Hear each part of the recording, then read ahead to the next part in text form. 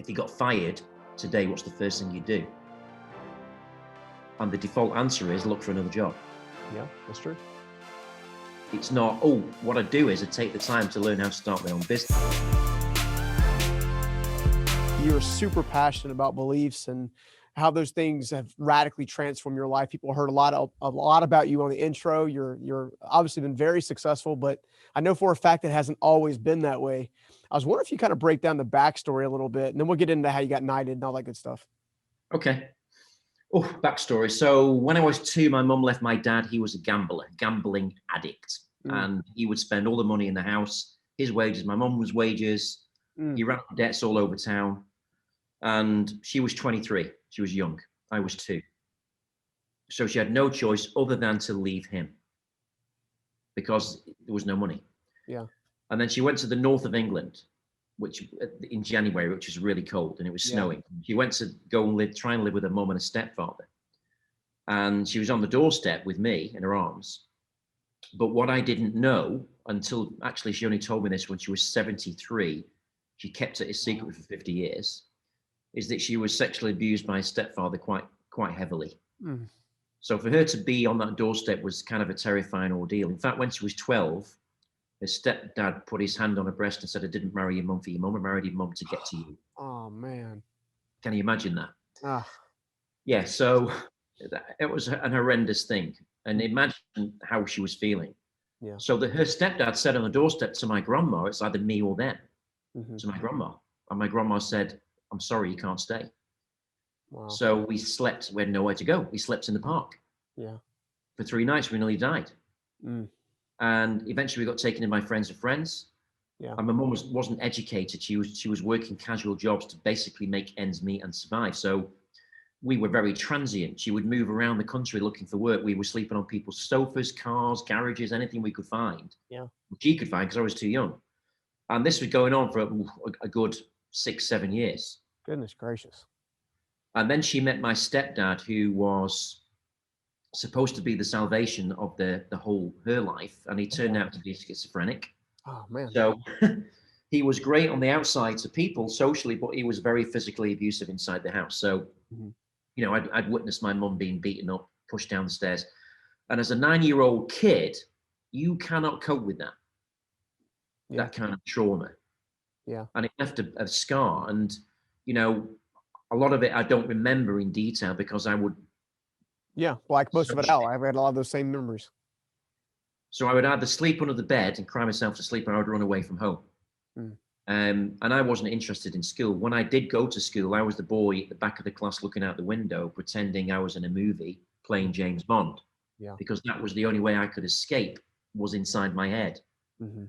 So this went on for years, and I was also bullied. I was bullied heavily and intensely because I was always the new kid at school. I had bright orange ginger hair. So you were the ginger. You were the ginger. I was white as paper. I was very small. Everyone would see me. So I tried to dye my hair to kind of disappear, you know? Yeah. And I got bullied till I was 15. And then when I was 15, there was 20 boys punching and kicking me in a garage. And eventually I saw red, and I didn't know what I did next, but I fought back basically. And the next thing I remember, I was running down the road chasing 20 boys going, come on, come on. There you go. There you go. So that was the pivot. There was so much pain that it was time to fight back.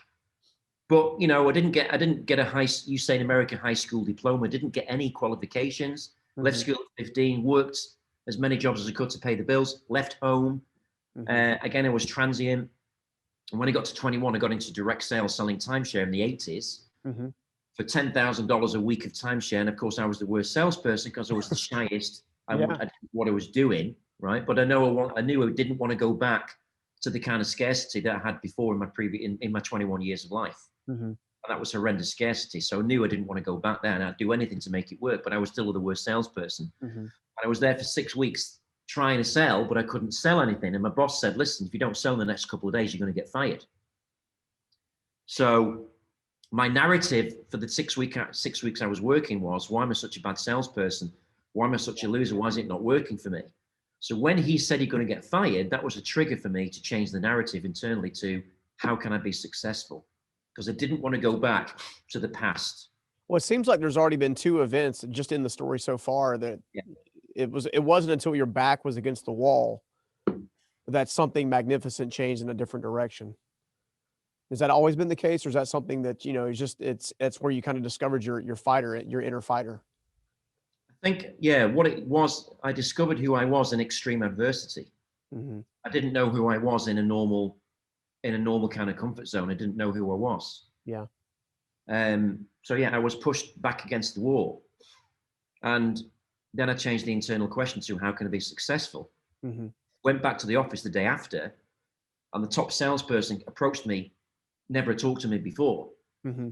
I said, listen, I know what you're going through. It's really horrible, but I think you've got potential. I think you can do this, and I want to help you. And I said, why you want to help me? You're the top salesperson. And he said, the reason I want to help you is because someone helped me. Mm-hmm.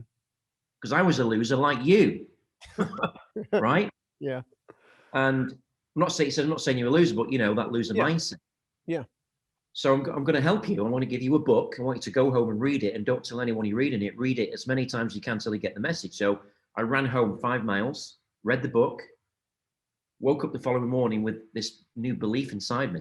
Mm-hmm. Internally, I'd shifted. Yeah. Because I realized that the only person that's going to change me was me. Yeah. Yeah. Why do you think people spend so much time? And I'm just asking because I know you and I are passionate about mental health. You and I are passionate about just helping people get unstuck. Now we do it in a lot of different ways, of course. I mean, you've done it through film, through TV, through Clubhouse. I mean, you've done it through the Instagram lives. I mean, you're constantly serving the public in that area. But it seems like those that remain stuck tend to remain stuck simply because they're always standing in their own way, and it seems like they're always blaming and shaming outside of themselves rather than looking inward. Yeah. So how did that work out for you as you began to not only shape yourself but also begin to shape other people around you? Well, I think in today's world is very different than when we were kids. Mm-hmm. Right now, today's world is full of snowflakes. Comparison, yeah, absolutely. I mean, you've got parents mollycoddling. We see in England, we say mollycoddling their children, taking them to soccer, taking them to this, taking them to that, giving them what they want. So it's easy for them to get what they want. Mm-hmm. So when they go into the workforce and they get like adversity, they don't know how to handle it. Yeah. And then they play the victim. Well, do you think that's why there's such a high ranking? I know it's high in the U.S. I assume it's high in the U.K. But you think that's why the rate of those that would claim to be depressed or to struggle with depression is so much higher? It's because they've never had to face that adversity muscle building skill? I think that's a massive contributing factor. Mm. And it's really people that from tough backgrounds, from adverse backgrounds that truly go into the world with a nothing to lose attitude that kind of make it. Yeah, it's true. They drop out of university, drop out of school, all Bill Gates, Steve Jobs, all these kind of people came from those adverse backgrounds, and they did that. The snowflake generation isn't doing that. They'd rather do a TikTok video and say, this is me and you should make me famous. Yeah. So it's that search for fame to find value rather than finding value to discover purpose. Is that about right? It is, because this generation is digital. It's like, I have to be like that person on Instagram, otherwise I'm a loser. I have to have a body like that woman and wear that bikini like that. I have to be six pack. I have to have a Ferrari, otherwise I'm a loser. Yeah. Right. And because they don't know how to do it, they fake it. Mm-hmm. And then they fake it and then they lose it. And then you get suicide, you get depression, you get mental health problems, Yeah, absolutely. Well, look, as you were kind of going through the network marketing, not the timeshare world, I know that radical shift, that it was a pivotal book that man gave you. And I know he also resonated. You and I have both been homeless before. I think in another interview, I think you mentioned he had also shared that same environment. So he saw something in you. I had that same thing with one of my first mentors, Steve Mark. He saw something in me long before I saw it myself. And I know that part of my calling and your calling is to bring that out of people. And I think that's that pay it forward mentality. I'm a big believer that, the greatest purpose in life is serving the person you used to be. Yeah. And you've managed to do that at scale. So at what point did things begin to shift? Because, obviously you stepped up and you served in a very big way. You got knighted as a result of it. And then you just kept moving forward. So how did you get from that space of, okay, I'm starting to get an idea of who I am. I'm starting to get an idea of my value. Now, how do I actually step into a place where I can utilize all that information to really scale my life and set myself up to help others scale theirs? Well, for my life wasn't about helping others initially because I was too busy helping myself. Yeah. Yeah. And, when that book came, and then I became the top salesperson in that company. Mm-hmm. I was obsessed with success because I'd never had it before. Mm-hmm. So failure wasn't an option. I just went out there and did what I did. Mm-hmm. And then in '97, I got headhunted a lot of companies around the world that wanted me to run their company. And I got an offer in Malaysia that I just couldn't turn down. It was an immensely big offer. Yeah. And I went there, took my 6-month-old daughter, my wife, we went there, and it was a public company that had 25 hotels. Mm-hmm. Hadn't done timeshare before. My remit was to do the timeshare side of the business. Mm-hmm. And late '97, the Asian economic crisis came, and George Soros completely destroyed the currency region. Yeah, I remember all about that. And the company couldn't pay me. Mm. So I'm going back against the wall again. What do I do? Do I go home, or do I see if I can make this and turn it around? So I decided to turn it around and innovated the product into a points product where people didn't have to go away for a week. They go away for 2 days or 1 day. Mm-hmm.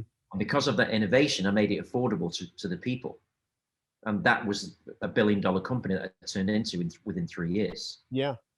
It sounds like the basics of it was an Airbnb. Yeah, it was that. Yeah. If that technology was around then, it wasn't around then. Yeah. So I did that, and then some bad things happened to me. I had a heart attack when I was 31. Goodness gracious. So I collapsed in the office, taken to hospital.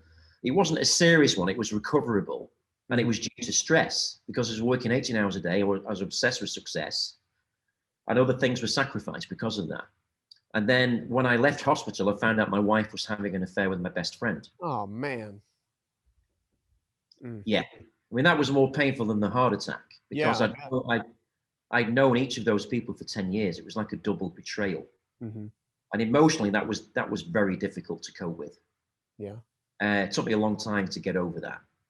And then what happened is I had about 3 million in the stock market, and I lost pretty much most of it by making some really bad trades because the company I was working for, we bought options in the company mm-hmm.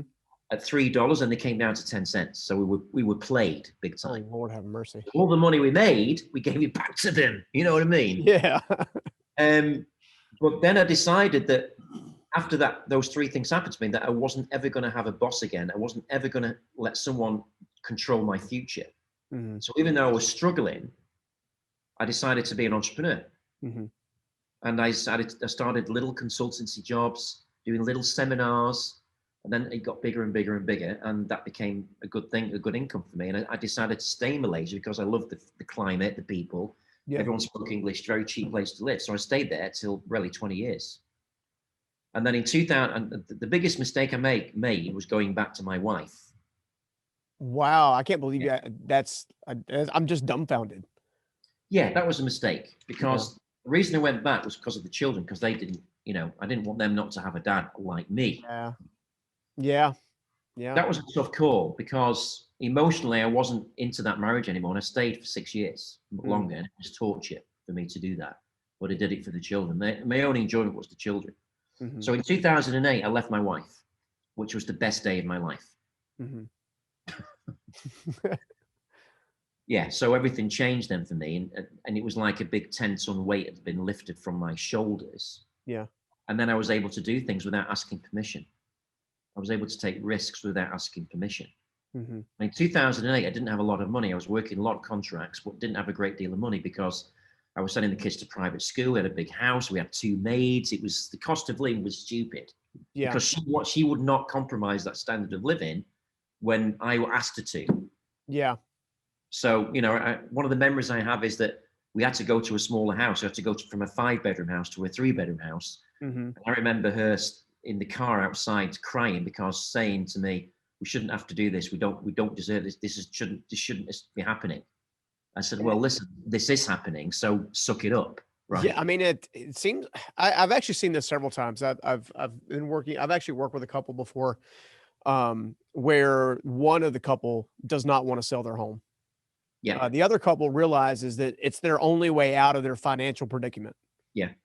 And they still choose not to sell the house because one party won't stand up and actually, take ownership and say, this is the right thing for us to do. Not realizing, you and I have both done this before. Maybe it's because of our upbringing, maybe it's because of the things we had to fight through, but I'm okay taking a step back because it's almost like a rubber band. You're taking a step back, you're taking a step back, you're taking a step back. And then there's a pivot point where all of a sudden you let that rubber band go. The next thing you know, that thing's flying across a room and you kind of shoot forward. Yeah. Now, is that the same kind of experience you ended up having after kind of forcing your way through that scenario? Yeah, I think it's just like that. Yeah. Yeah. I mean, you pulled and pulled and pulled until eventually you get projected into a new future. Mm-hmm. So, I'm actually grateful these things happen to me because I don't think I'd be doing the things I'm doing now. Oh, there's no doubt. Yeah. So that's the way to look at it, isn't it? Yeah, absolutely. Well, so there's so many different facets to you. You're such an interesting person to not only know, but just research of all the things that you've worked on. One of the things that I love, one project that you did outside of your best movie that, recently that came out via Netflix, and I found it in the US on Amazon Prime, which was awesome, by the way, was this need to actually not only do a TV program, but do a TV program and solve a need to give somebody else a place to live. And as I watched the show, and I watched all 4 parts, I was able to find it on YouTube specifically, and I watched all 4 parts. It was just, I found myself pulling for all 3 people, all 3 families. Like I was like, come on. But then when you started breaking down the rationale of why you chose the person that you ultimately chose to give a house to. Well, I think you guys refer to it as a flat. We call it a house or a property anyway. I understood it, but I also understood the extra benefits, and everybody has to go watch the show to kind of like, I'm not going to give it away, but you managed to take care of everybody in their own unique way. What made you even decide that you wanted to step up and even give a house away? Well, actually, it wasn't my idea. Channel 4 TV approached me. Mm-hmm.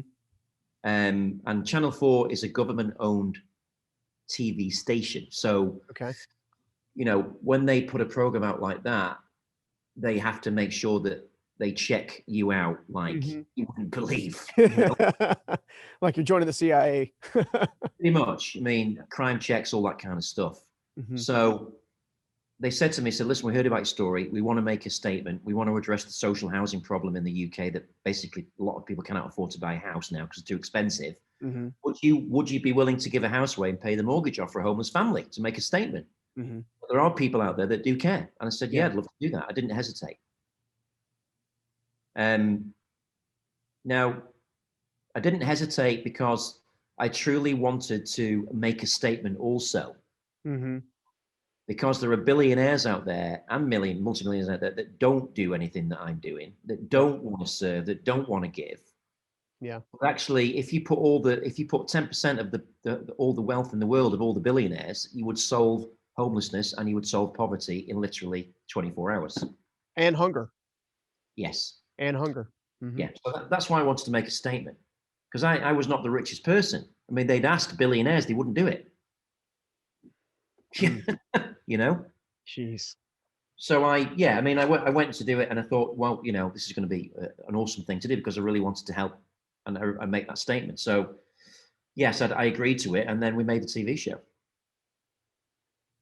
It was it was beautiful. It really was, especially as you get to the end where you're, I can actually feel after watching the show a couple of times, just the tug on your heart as you're sitting down with each person, telling them whether or not they are getting the house or not getting the house.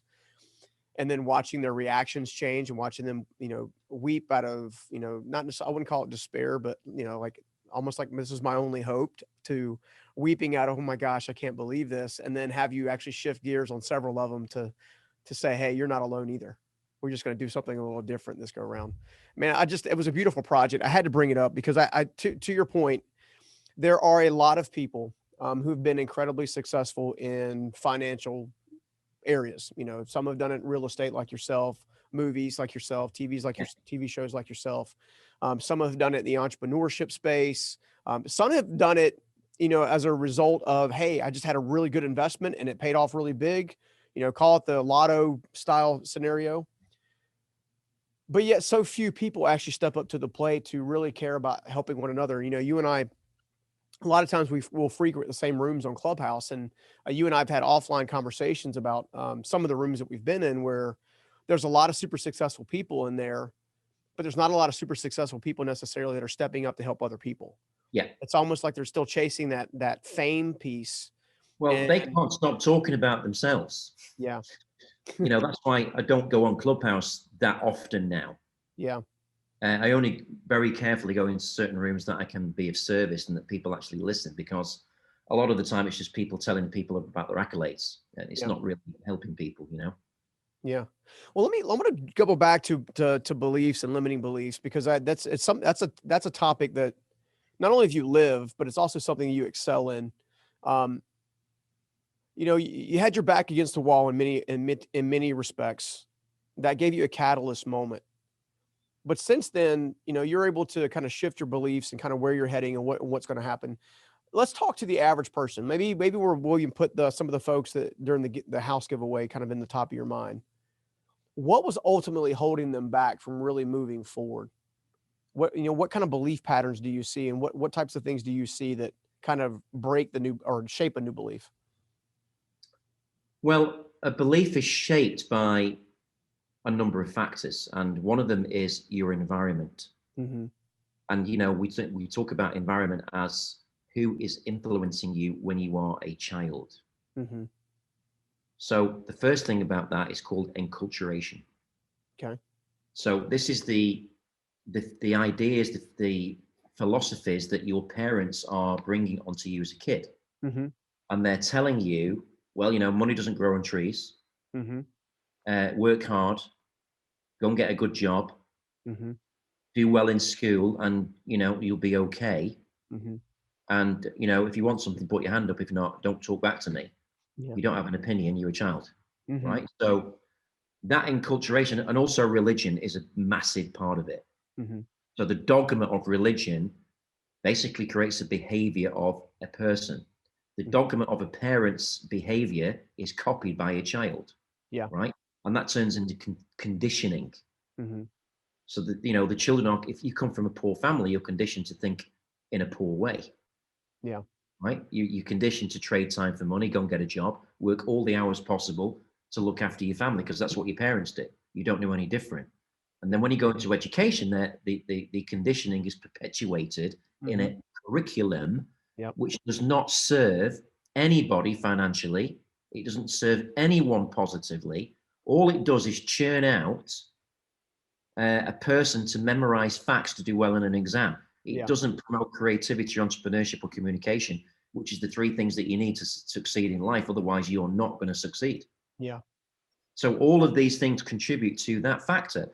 And the other thing is the way the brain is wired, because our brains is a 2 million-year-old instrument that's geared to survive, not thrive. Mm-hmm. So if you believe in evolution, you've got this reptilian brain at the back of your mind, 10 million years old, which is stimulated by food, water, shelter, reproduction. Mm-hmm. So it's like I ask when I do a speech, I say to the audience, if you got fired today, what's the first thing you do? And the default answer is look for another job. Yeah, that's true. It's not, oh, what I do is I take the time to learn how to start my own business. Mm-hmm. It's not the default answer. So what people do is they react instinctively because it's survival that people are defaulting to all the time. It's not creativity. It's not abundance. So it sounds like in order to shape a new belief, you need to bring the subconscious to the conscious and deal with it. Yeah, you have to understand that when between the ages of 1 to 7, children are on a wavelength called theta. Mm-hmm. And this wavelength is imagination, where they believe that imagination and reality is the same thing. Mm-hmm. When we get above 7, we start to distinguish reality from imagination. We start to think, right, the only thing that is real is what we can see. Yeah. And so we form these constructs and beliefs of what we see around us. We copy things around us, and that's what forms a belief. Mm-hmm. And it forms a deep groove and a synapse in the mind where that's the way to do things. It forms a habit. Yeah. And it forms a habit loop. Yeah. You know, so if something bad happens, that's the habit we use. So to break those habit loops, we have to consciously look, we have to consciously focus on what we want and then reverse engineer how to do it. But to do that, you've got to believe it. Yeah. Yeah. I mean, I know a book, I mean, a book was a huge part of your catalyst. What other types of things can people use on a consistent basis to, for lack of a better word, rewire their brain? Because that's essentially what they're doing. They're choosing to say, I'm not going to live by this instinct anymore. It's education, full stop. Okay. And it's basically, see, a lot of people when they leave school don't want to be educated anymore. They're fed up with 25 years of education. Mm-hmm. They go, no, I don't want to don't want to learn anymore, man. I'm sick of learning. Yeah, but because they're sitting in a chair all day long.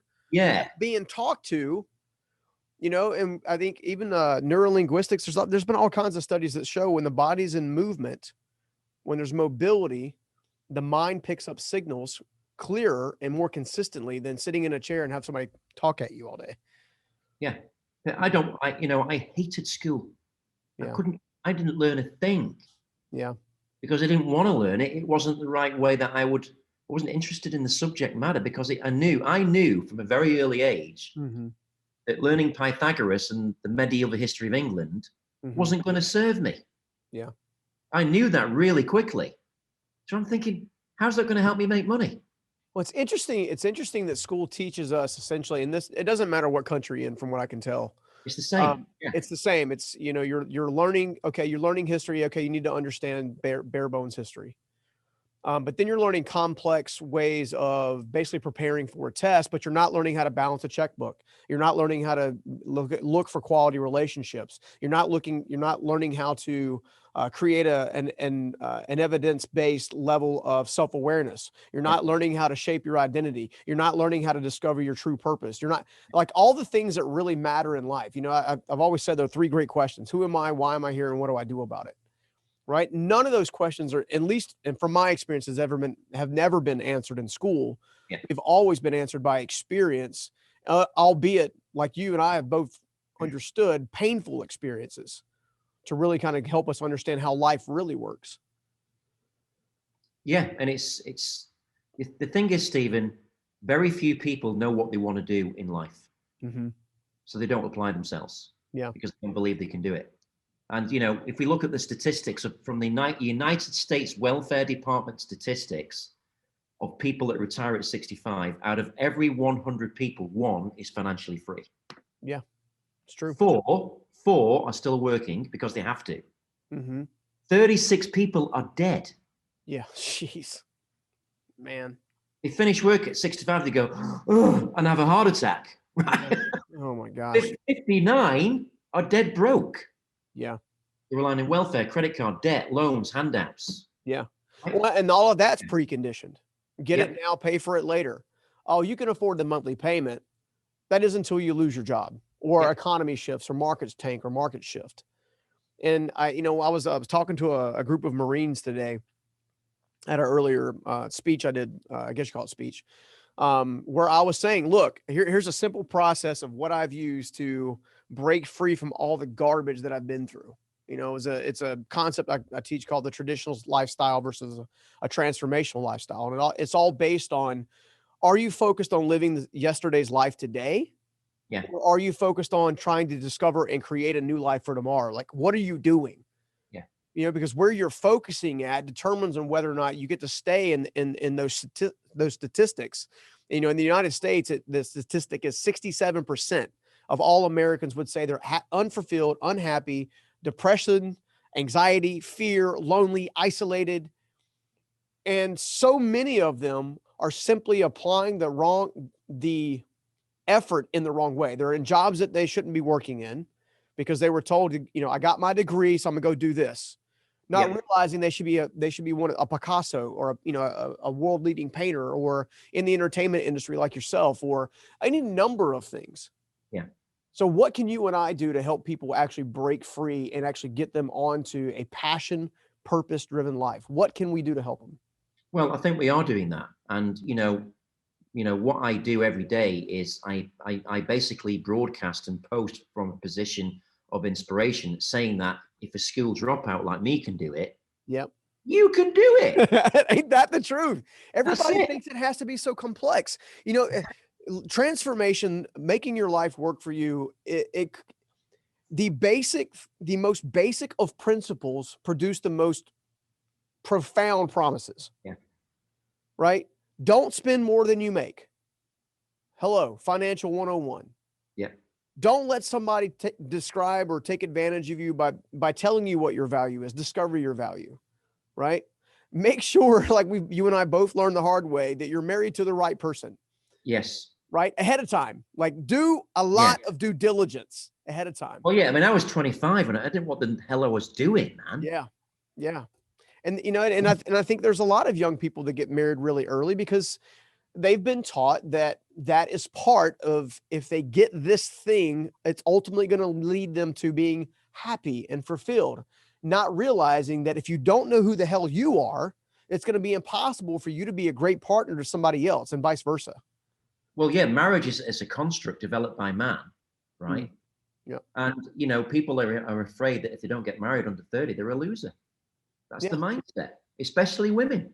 Well, it's because that's what's told to us on a consistent basis. I mean, you're in the film industry and the TV industry, right? You know that media influences a great deal of the world environment, some in a very good way and some in a very negative way. Well, so yeah, and who owns the media, right? Exactly.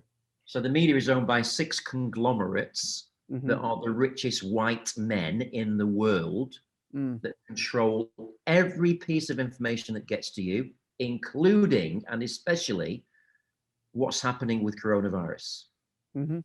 Because there is absolutely no alternate dissenting voice on any platform that says coronavirus is not what you think it is. Yeah.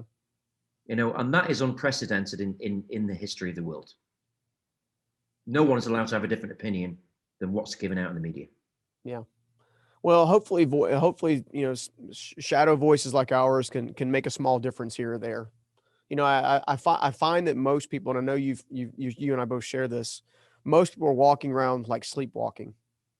And I just want to go to some people sometimes and just say, "Wake up!" Yeah, they don't want to because they're in so much fear. It's like they die at 25, get buried at 75. Jeez, you know. Yeah. So much fear because if they become, entrepreneur is like a dirty word. Sales is a dirty word. Oh, that's for losers. You know, if they've got a great job, they're a valuable member of society. They'll be respected, validated. Next door neighbor got a BMW, let's get the same car, you know, all that kind of stuff. I would argue that a successful entrepreneur is the very person that creates those jobs. Well, entrepreneurs do create jobs. Governments don't create jobs. They tax them. Yeah, that's very true. And that's the same in both of our countries. There's quite a bit of taxation. I'm personally taxed at almost half my income at this stage in the game. And unfortunately, it looks like it might get a little worse in the near future, which kind of sucks. But yeah, it looks like by the State of the Union, well, what his speech was, 100 days in office, the wealthy are going to pay more tax, bro. Well, and so let's talk a little about that, because, you know, you and I both have been given the opportunity. I say given, we have had to work hard to have the ability to steward various levels of wealth. Okay. Yep. The argument goes to those that have created wealth are evil, and those who are struggling are righteous. Yeah. Here's where I struggle with all of that. Of all the businesses that I own, all of them give back to my team, to the community, to the economy. I work even now today, probably 12 to 13 hours a day. Yeah. It's so much ingrained in who I am. Yeah. That I will work consistently building, creating, doing something new, pivoting, refining, exploring, you know, going through that entire process. And I had this interesting epiphany probably a month ago. And it kind of hurt my heart a little bit when I had it. And that was at the rate in which taxes are increasing, at least in my country, for me specifically. Now, nothing's been officially brought into law, but all indications are we're heading that way. I have to ask myself, why am I working so hard? Why am I missing time with my family, with my wife? Why am I not with them if everything that I do is going to be taxed at such a level that it's going to cause me to struggle myself? right? Why am, so, or I say that because I would dare say that most entrepreneurs are going to feel like that they shouldn't try or work or produce as much as they do because there's a penalty essentially if you produce more. Now, are there it's called austerity measures. Yeah, I mean, the reality is there are some bad entrepreneurs, meaning there are entrepreneurs out there that don't take care of people, don't give back to the community. We talked a little bit about that earlier. Billionaires that aren't feeding people, and and all of that could be, I'm a big believer in creating a legacy that outlives you. And the only way you do that is to make a large enough impact in the lives of other people that they still remember your name 20 years after you're dead on a consistent basis. So as we look at the economy, we look at the world, we look at how things are shaping up. I think the only reason for people like myself and you to kind of keep moving forward is because there are so many people who are asleep. Yeah. And we're hoping that conversations like this or Clubhouse or Instagram Live or any of the things that we do together will just waken them up. Like, believe more, do more. Because then... Well, that's what happens. I mean, that's why people like us exist, because we do that. We do have an effect. We do have an impact on people that are getting closer to saying, you know what, I don't want to do this anymore. What Marco and Stephen are saying is right. Let's join them. Let's get some education. Don't want to leave the job yet, because we never say that. Yep. But let's get some awareness. Let's wake up. And we do as much as we can with our platforms. Yeah, absolutely. And sometimes, most of the time, you're not going to reach those people because they're not receiving your message, because they don't want to, because they feel that if they receive your message, it's going to threaten their existing status quo. Yeah, which is crazy because actually it sets them free. Yeah. It sets them free. Yeah. Well, here's my proverbial cheers glass. Here's to setting people free. The best, my friend. Right? Yes. Well, look, I want to pivot a little bit. We kind of went hard and deep there for a second, but I think people need to understand that there is a better life ahead of them and they need to focus on getting there. Yeah. I do want to talk about Legacy of Lies for just a minute, right? That movie has done incredibly well. I thoroughly enjoyed it myself. How did you become a part of the movie? What made you decide to be involved in it? All that good stuff. Well, I greenlit the whole movie. It was my thing, and I wanted to make a movie for so many years. And 7 years ago, I said, right, I want to do this right now. So I had some money. I'd been talking to someone on Facebook for a few years, a woman who was a director, filmmaker. We wrote a script. I gave her 25 grand. She disappeared. Oh. So that was my first experience. Where your life sounds like mine. Strike one, baby. Okay. Yeah. Yeah. Then I met someone in that experience called Victor Sole, a Spanish actor who knew a guy called Adrian Ball, who ended up being the director of Legacy of Lies. I said, listen, Victor said, listen, I know we've been burned. Let's just meet Adrian. He's a great guy. So I went to Holland to meet Adrian, and he was an established director on MTV music videos, got tons of awards, and he wanted to make a film as well, his first feature film. So we had something in common, right? And we spent a long time getting to know each other, and eventually we started making this film. Now, the original film was nothing to do with Legacy Lies. It was actually based on a true story called Truth 99 of how the Russians bombed a building in Kiev and killed 300 families because the director's wife was a Ukrainian. Oh, wow. So there was a very meaningful thing there. Now, I didn't know the full extent to that. So we started doing the PR for this film. It was going really well. And then Adrian telephoned me one night and said, listen, Marco, are you sitting down? I said, why? He said, you need to sit down right now because what I'm about to tell you, you're not going to believe it, but it's true. So I sat down and said, right, what's up? He said, your Facebook, your Instagram, your face is all over Russian national news TV. They're saying that you're crazy for making this film and you're going against Putin. And if you're not careful, you're going to lose your life. It went to 100 million people in Russia, right, were watching this news channel. I didn't believe it, so I got the newsreel sent to me and translated, and it was true. And they even circled my comments about the film on all my Instagram and stuff like that. This was the very first time I've been scared in my life. Yeah, truly scared. I bet. Now, at the same time this was going on, in fact, it's about 6 months previously, this beautiful Russian woman was chatting to me on my Instagram, and one day she said, can I come and see you? Now, I didn't think they were connected at all. I said, yeah, sure, come and see me. So she came to stay with me. And after 3 days in bed, right? She said to me one morning, Marco, I don't think you should make that film. Marco, you didn't see that coming, dude? Didn't see it coming, mate. And I said, why would you say that? She said, because I'm not who I said I was. I'm actually Russian FSB. We've been spying on you for the last year, and your phones are tapped. Your office is tapped. Your personal line is tapped. We know what you're doing. And if you make that film, your life is in danger. And I sell weapons all over the world. My best-selling weapon is cyanide. So talk about reality is more interesting than fiction, right? And when she said this, these words were landing on me and with disbelief. But she showed me the pictures, then I found out the phones were tapped, and it was true. And I shared this with my family. My kids said, Dad, don't make that film. That's fucking crazy, man. You have got to not do that. Yeah. So we stopped the project. 50 grand gone. Stop the project. Strike two. So anyway, 6 months went by with nothing, and me, Adrian, said, let's just make a fictional thriller. So we wrote starting with a guy who has a Russian agent lined up in his bed. Starting with a bit of a history, right? Yeah. But you know what? When she said that to me, I wasn't actually scared. When I said to her, I said, listen, if you want to kill me, just kill me. I don't care. I've had a great life. You know what? Just do it. I don't care. So anyway, we wrote another film, Legacy of Lies. I got 12 grand together. We made a trailer. We submitted it to the Ukraine Film Foundation, and we won a $1 million grant to make the film. Look at you. That's awesome. I'm like, oh my God. That's I awesome. couldn't believe, I was like, wow, right?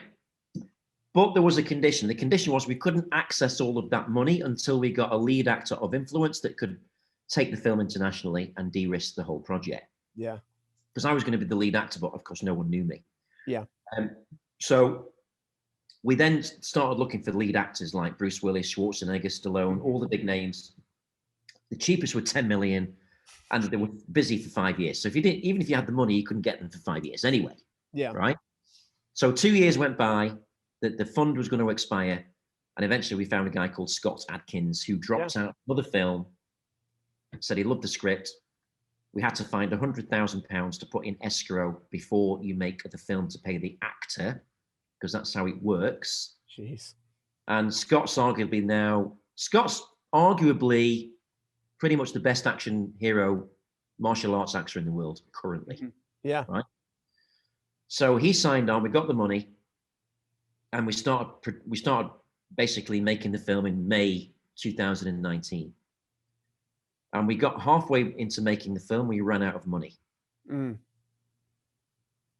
So we said, what we're going to do now. So at that time, Cannes Film Festival was on. So we knew quite a few people. So we borrowed a friend of a friend's yacht. We flew to Cannes. We made a new trailer. We cut a new trailer. We invited all these executives on the board, the yacht, and we sold 6 regions around the world for $300,000 each, pre-sale. We walked off that boat with $2 million. We went back to Kiev. We finished the film. Oh, man, I'm so glad I asked about this. I love this story. It's funny. Every time you get your back against the wall, good things happen. Yeah. I have to do this more often, right? So we finished the film, and then they did the editing. In January 2020, we had 10,000 cinemas signed up. Whoa, man. Ready to roll. Yeah. We raised $5 million. Yeah, and then COVID. And then COVID came, we couldn't put it in the cinema. So we went to Amazon Prime in the States in July. And then February, Netflix bought the rights for the UK and Ireland. And it trended at number 4 for 6 weeks. Yeah, it's a great film. I mean, it's funny, you know, with this all the COVID stuff. I don't know if you've experienced that, but at least over here, you know, one of my most favorite rooms in my house is my movie room, my movie theater. I have a small movie theater room. And that's how I unwind, is I watch movies. And, you know, gosh, up until about 2 or 3 months ago, there was no movies to watch. Nobody had really created anything. The stuff that you were watching was created, 3 and 5 and 6 years earlier. Yeah. You know? And I just remember I sat down, turned it on, because I did it because I love you to death, and I was like, I'm gonna check out his movie, man, and did, and sat there and enjoyed the whole thing, man. It was great. Got to watch you whoop some butt for a few minutes, and also get your butt whooped a couple of times. But it was good stuff. Yeah, it's good. So that's the coolest thing I've ever done, and the hardest thing I've ever done. Yeah, because I wasn't an actor. I didn't know the film industry, and boy, did I learn. Yeah, because it's shrouded in secrecy. Mm-hmm. It's a very closed shop, and if you don't have a lot of resilience, you never get in there. Yeah. So yeah, and that was I ran through 100 brick walls to make that film, but it's the best thing I ever did. It's amazing, dude. Well, tell me this: what's next for Sir Marco Robinson? What are you working on now? Well, I've been working hard on getting financing in place to make more movies. Okay. So now I've found a way to fund 90% of a $5 million to $20 million film. All right. So even after this interview now we're having, I've got a call with a guy in Hollywood who's a Marvel director who's got 5 films. Mm-hmm. So that's my main focus. And also I have an online business which is making loads of money. Awesome. That I started in January. It's called the Online Success Formula, where I teach people how to start their own online business. So that's going really well, and that's helping me do the film as well. Love it, dude. Well, look, man, I know we're a little bit over on time, but I couldn't help it. I love hanging out with you, and I had you all to myself. I had you all to myself for a few minutes, so I was gonna give you as much as I possibly could to learn more as much as I could, man. Well, it's great to hang out with you, Stephen. I think, like you say, we've got a lot in common, and think we're going to be great friends because of that. So, of course. Well, look, how can everybody else find you? Where should they look you up at? Just go to my Instagram. That's where I am most of the time. Mm-hmm. Marco Robinson Now is my Instagram. Love it. Send me a DM, say hello. Don't be shy. Which he does reply to, by the way. I tested that theory, just for the record. Love it, man. Thank you so much for coming on. It was such a joy to hang out with you and learn more about your story and all the different things you've learned. Stay away from the Russian sleeper agents if you can, and stay healthy. Yeah. We'll have to see you again soon. Thank you, Stephen. All the best. Much love. And we're out. That was fun, dude. Loved it. Okay, buddy. Yeah, man. It was fun. Did you have a good time? Yeah. Good the deal. time flies. The time flies when I'm talking to you.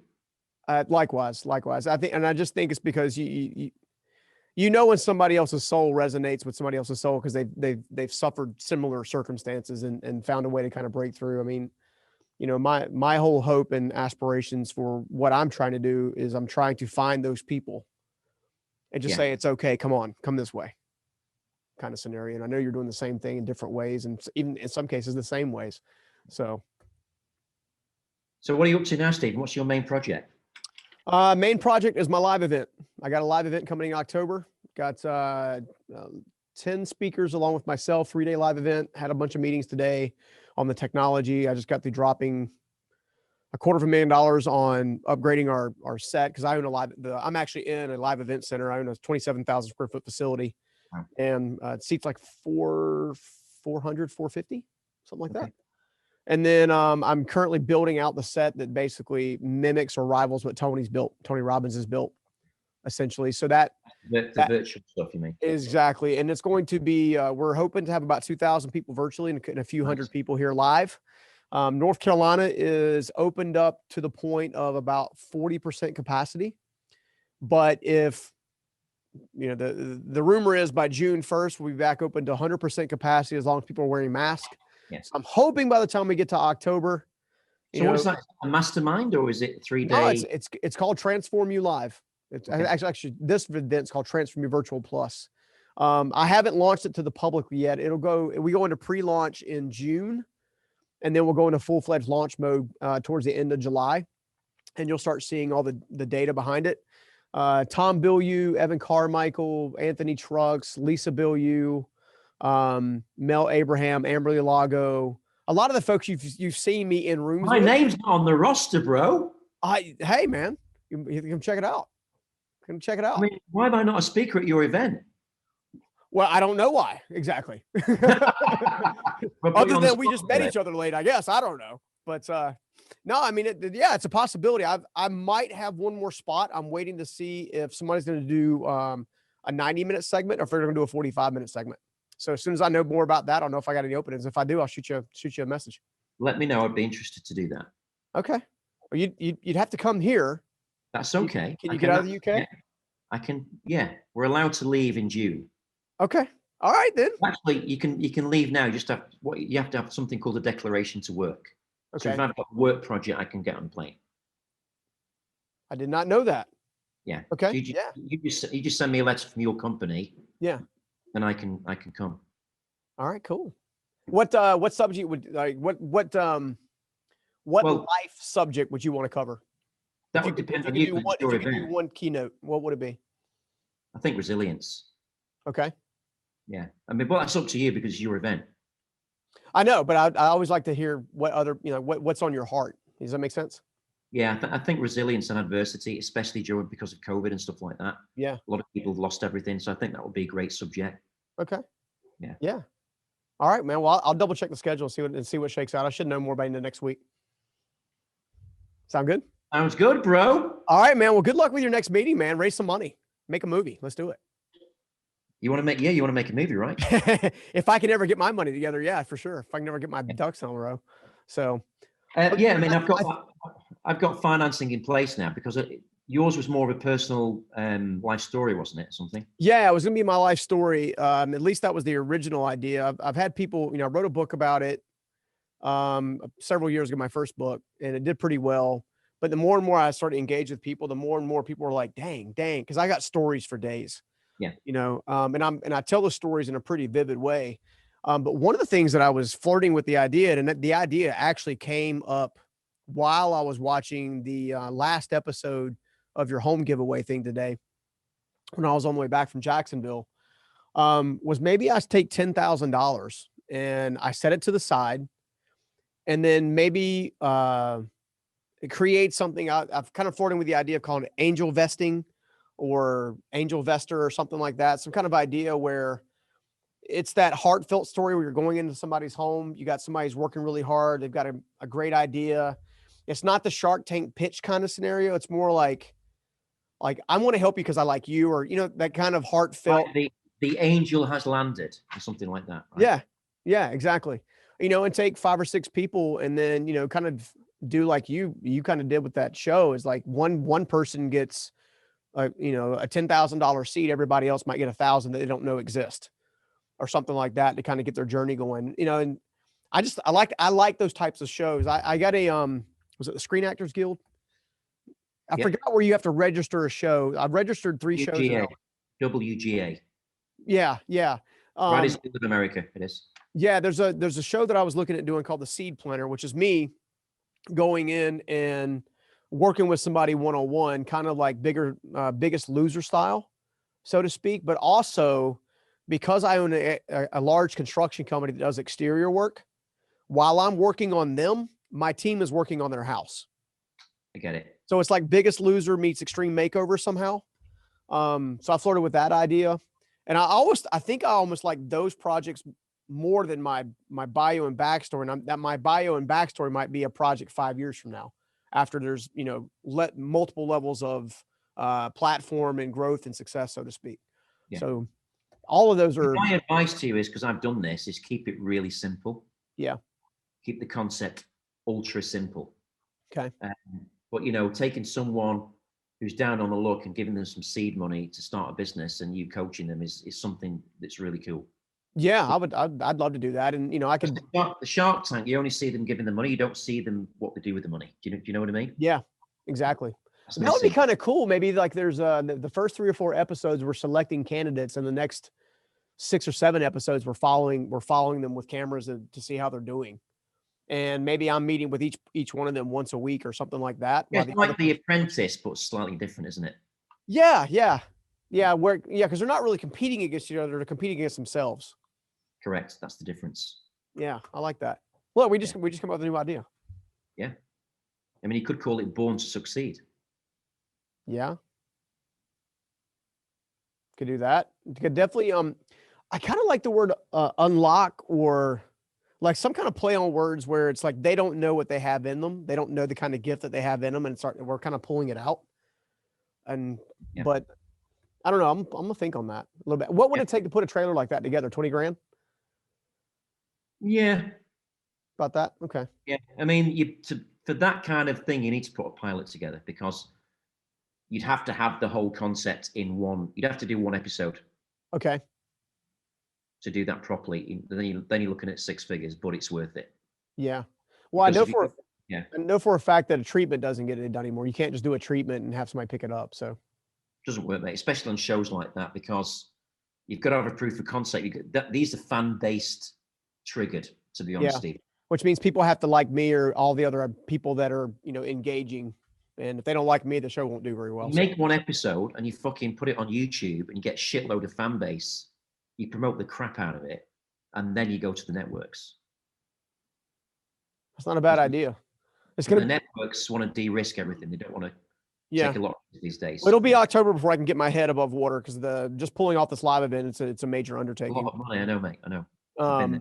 If I can get in the beginning of next year and have a lot of platform growth this year, it's something that I've talked to some of our camera guys before, because I have a ton of camera equipment myself, sliders and robotic stuff and all kinds of stuff. No, just set the goal, mate. Be very clear. Set the goal. You know what to do.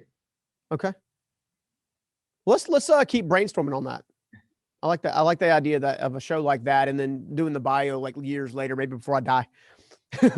So it's definitely got legs, mate, because there's definitely missing that Shark Tank. What happens to that person after they get the money, or they don't get the money? Yeah. Because a lot of people go in that show and don't get the money, then succeed. Yeah, it's true. That's true. Yeah. Very true. Many people, actually. And there's been people that have gotten deals that haven't succeeded. Yes, correct.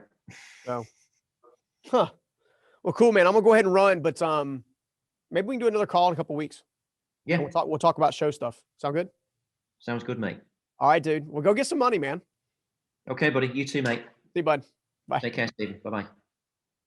No matter what you want to achieve in life, you just learned a lot from Sir Marco Robinson. And if you really love that interview, you're really going to love this one right here. So go ahead and check it out.